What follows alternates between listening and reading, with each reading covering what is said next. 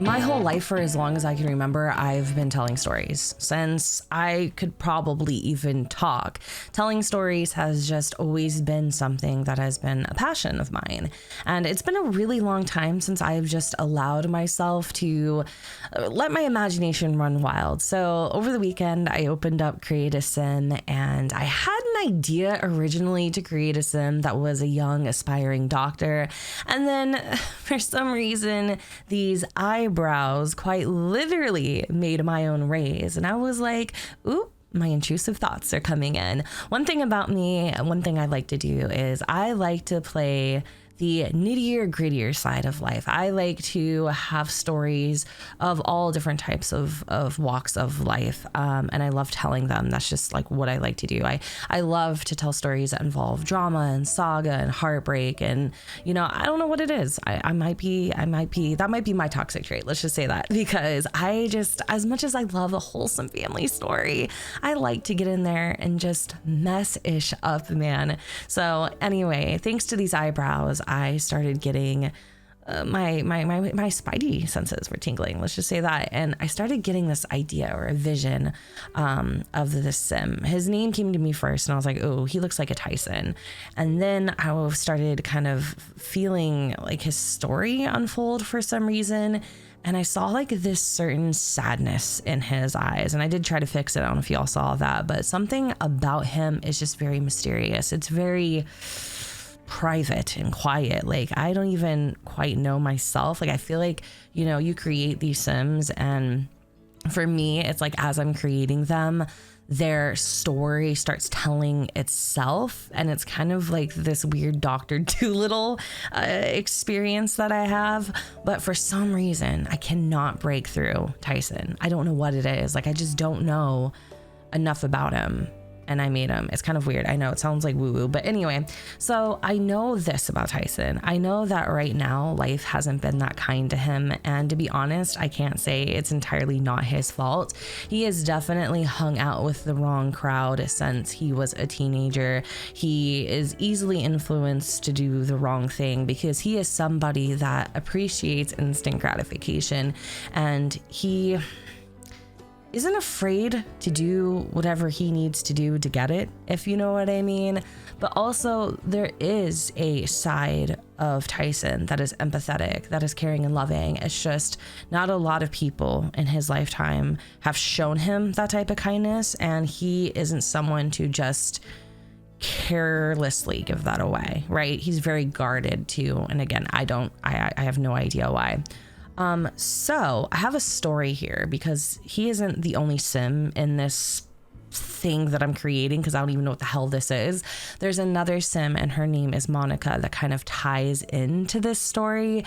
And again, like I said earlier, toxic. It's just, you probably would think bad of me that I like to play this way, but maybe you do too, because I know a lot of you really do appreciate the creative outlet that The Sims 4 allows. Like, we play stories and we play, you know, experiences that we may not even necessarily align with in real life, but that is the freedom of The Sims. You get to create any type of story you want, and that's all that it is. It's a story, right? It doesn't have any type of reflection towards you, to a degree. Okay, to a degree, as long as you do it tastefully and respectively.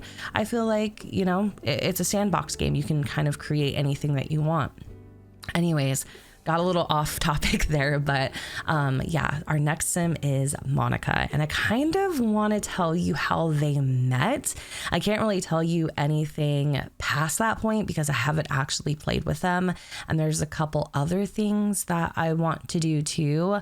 And just so you know, all of this is taking place in the same save where Amy and Alex exist, so the same universe. And yeah, I kind of wanted to keep it that way because I want to start building my own personal save that I'm never going to be able to share, honestly, because it has CC, but not my one that I'm working on now, but just my own personal save, where I have a bunch of sims and stories and, you know, different walks of life and that type of a thing. But anyway, let me tell you how Monica Thayer and Tyson Mills Mets. Okay. All right. Just hang with me here. It gets a little spicy. Monica was at a local dive bar outside having a cigarette. I know it's a nasty habit, but I promise she's trying to quit. Anyway, that's when a tall and mysterious figure came walking up to her. Hey, beautiful. May I bum a smoke? Oh, sure, she replied as she nervously plucked a cigarette from the pack. Thanks, Tyson said as he retrieved a lighter from his pocket. He figured he should probably introduce himself. Plus, he was feeling a little bit curious about the woman standing outside at the bar all by herself. Tyson, he says. Monica, she replied with a sly smirk. Can I buy you a drink, Monica? You know, as a thank you for the smoke. It's funny because I was actually just about to head in for one. Yeah, sure. They head back inside the bar and order a few rounds. Monica notices the blood on Tyson's knuckles. Ouch, she said, looking at his hand. Looks infected. Abruptly pulling back his hand with embarrassment, Tyson chuckles. What, are you a nurse or something? It's fine. Giving Tyson a soft nudge, Monica exclaimed, I am actually, smartass. With a brief pause and a seductive smile, Tyson replies, well, fix it then. Monica stares at him for a moment, trying to gauge if he's actually being serious. He's just so hard to read. Noticing her hesitation, Tyson pulls her in for a passionate kiss, and it's in that moment the rest of the world just fades into the black. Their chemistry isn't real. They scramble to pay the tab, and Monica asks, my place or yours? Yours, Tyson says. You see, Tyson would have invited her back to his place, but he currently is living out of his vehicle. There's so much more to their story, but I'll have to save that for later. But for now, here's a bit more about Monica and Tyson as individuals. Yes, Tyson lives in his car, and he has done so for nearly a year. Don't ask why, he just does. He's currently doing whatever he can and by any means necessary to survive. And sometimes he just gets lonely. Monica works as a nursing assistant and dreams of returning to medical school to get her MD degree. And so far, that's literally all I have because there's a couple builds that I want to do for them. And I have an idea of where Tyson is going to live. So, you know that plot of land in Strangerville, the one with all of like the different trailers and stuff? I think what I'm going to do is I'm actually going to set up like a little makeshift area for him so that, you know, he has like a place that he's kind of staying, but it's just more or less like he pays the campground to park there so he doesn't get towed sleeping on the street, you know what I'm saying? And even though, yeah, he is a little embarrassed to tell Monica that he is, you know, he's currently living in his car, a part of him really doesn't care. Like, that's the thing about Tyson is he doesn't care what anyone thinks, but there is this weird connection with Monica, and he can't exactly put his finger on it. Like I've told you before, he's not somebody who really allows his emotions to get the better of him.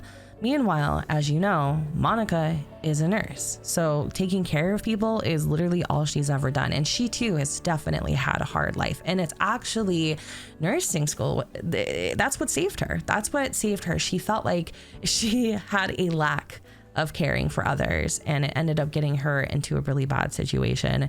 And then she decided to make something of herself, and she decided to pursue nursing school, and she really enjoys it. So I'm interested to kind of see how this dynamic of, you know, being guarded and not caring and showing too much care between these two, it's going to pan out. Obviously, I don't think it's going to pan out good. Personally, I definitely could see there being some very big waves happening, a lot of drama, but also like I already like have fallen in love with Monica and I have a soft spot for her. So I'd be pretty freaking pissed off if Tyson broke her heart. But I mean, I kind of think that's just what he does. I don't know. I haven't played with them or anything. Like I've said, I haven't really had too much time with them. I'm not sure where Monica lives. I kind of think, or I'm thinking Strangerville because of the fact that, or not Strangerville, I'm sorry, Oasis Springs, because I kind of want to keep Tyson and Monica's story in like Oasis Springs and Strangerville because they're very similar. Again, this is just more of like my creative process. Like it's a little like, I don't know, this video is weird as hell because it doesn't really have a purpose, but I guess I'm just kind of showing you all my thought process and how I create Sims, and in a very weird, real, vulnerable way. I don't know. It's kind of odd. But anyway, yeah, I really like her a lot. Another thing about her is she is actually a lot older than Tyson by 10 years. And that is also something I haven't really played around with. I have had older men date younger women in The Sims 4, but I've never had an experience with the opposite. And to be honest with you, I think that is a dynamic that I don't really see very much of at all. And I would like to see more. I think it's interesting. I think it's different, you know? So I think Monica, she looks to me like she's in her late 30s. What do y'all think? I'm not exactly sure. Now, Tyson, on the other hand, I feel like he's very like early 20s. So maybe not exactly a 10-year age gap. That might be a stretch, but somewhere along the lines. And the thing is like Monica didn't know that when Tyson came up to her. She didn't know that there was that significant of an age gap at all. She just, you know, saw a handsome man and was like, cool, like let's hang out. Let's go to my place, you know? And so obviously they hooked up and they're involved in a little situationship, I guess you could say. But I'm nervous for her. I really am, because like I said, she's had a tough life. She's definitely made a lot of personal growth, and I would really hate for Tyson to come in and mess all of that up. But also another thing too, I really like her outfits. Like I really like, she has like this like 2000s vibe to her, like early 2000s. I feel like she's like stuck in that era because that's like the era she grew up in, you know what I mean? Like when she was in her prime, if you will. So I don't know, I really like the way that she turned out. She's so pretty. She also has her tongue pierced. That's another thing I haven't really played around with a lot. And yeah, I don't know, I really like her. She's super cute. My favorite outfit that I've created for her is probably the last one that you're about to see her winter wear. Like she has like a super Y2K aesthetic going on, and she pulls it off very, very, very well. I feel like there's other things I could probably tell you about these Sims, but I'm still kind of figuring it out myself. And I hope you enjoyed this video, whatever it was. It's just kind of an insight into my mind, and I wish I could express myself more freely on this platform to show you guys what I'm really capable of and the stories that I would like to create. But hey, here's a little sneak peek preview, because I'm pretty sure you guys are going to see these Sims again and learn more about their story if you're cool with that. It's a little toxic. It's a little toxic, I'm not gonna lie, but that's just the way I like to play, and I don't ever like to tell anybody how they should play their game, and I know you guys don't do that to me either, so I feel like I'm safe to share my most intrusive thoughts with y'all. So anyways, you guys, I'm gonna go ahead and wrap up this video here. I will be linking the cast background. I will also be linking the tuning mods that you guys saw, the position tuning mods. A moment ago when I was fixing Monica's nail, she was holding up her hands. That's what I'm referring to. And I don't know if I'm going to post these Sims on the gallery at Gen 2606. If I did, I would just post their character defining assets, and that's probably about it. But anyways, everything that I'm talking about right now, you can find down in the description if you guys are interested. And yeah, I'm gonna go ahead and wrap up this video here. Hope y'all enjoyed, and if you did, don't forget to go ahead and comment, rate, and subscribe. Let me know what y'all think in the comments down below where the sun doesn't shine, and I will see you all next time. Bye, guys. You take my love for granted. Say a bunch of stuff you never